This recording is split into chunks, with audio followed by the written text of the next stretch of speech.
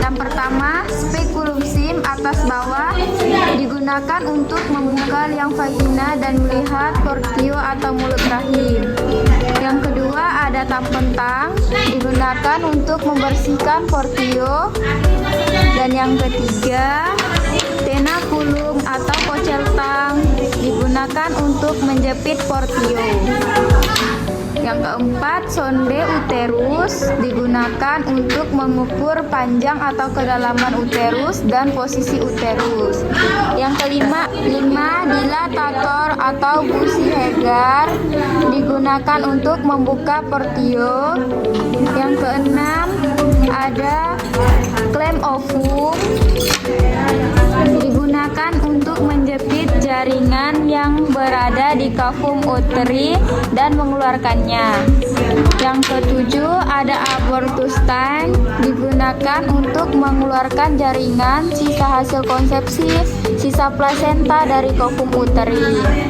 Yang kedelapan, ada sendok kuretase digunakan untuk mengumpulkan atau mengerok sisa hasil konsepsi atau sisa plasenta dari kavum uteri.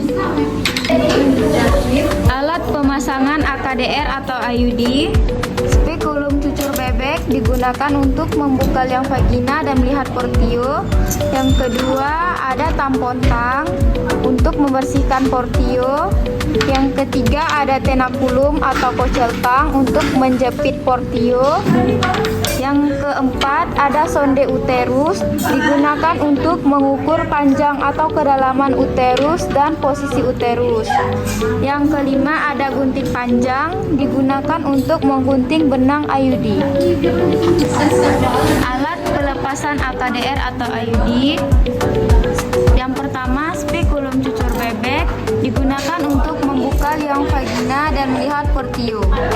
Yang kedua, ada tampon tang. Selain digunakan untuk membersihkan portio, bisa juga untuk menjepit benang IUD dan menariknya hingga keluar. Yang ketiga, ada aligator jaw digunakan untuk menjepit dan mengeluarkan IUD yang tidak ada benangnya lagi. Alat pemasangan implan, hand scalpel, untuk tempat pemasangan scalpel atau mata pisau yang digunakan untuk melakukan insisi. Kemudian yang kedua, ada trocar, digunakan untuk memasukkan kapsul implan ke tempat yang telah ditentukan. Kemudian yang ketiga, ada pinset anatomis, digunakan untuk menjepit kasa betadin untuk desinfeksi daerah yang akan diinsisi. Alat pelepasan kapsul implan, yang pertama ada hand scalpel. Dengan scalpelnya digunakan untuk insisi. Kemudian yang kedua, ada pinset anatomis, digunakan untuk menjepit kasa betadin untuk desinfeksi daerah yang akan diinsisi. Kemudian yang ketiga, ada klem arteri yang bengkok atau moschioto, digunakan untuk menjepit kapsul implan dan mengeluarkannya. Kemudian ada klem uteri, digunakan untuk menjepit kapsul implan dan mengeluarkannya. Alat partus, yang pertama ada perforator amnion, digunakan untuk amniotomi. Kemudian yang kedua, ada gunting episiotomi, digunakan untuk episiotomi. Kemudian yang ketiga, ada dua buah klem tali pusat, digunakan untuk menjepit tali pusat. Kemudian yang keempat, ada gunting tali pusat, digunakan untuk menggunting tali pusat. Alat heating, yang pertama ada nail puder, digunakan untuk menjepit jarum. Yang kedua, ada gunting benang, digunakan untuk memotong benang. Kemudian yang ketiga, ada pinset chirurgis, digunakan untuk menjepit jaringan. Kemudian yang keempat, ada nut heating, jarum otot dan jarum kulit untuk menjahit otot dan kulit bagian luar.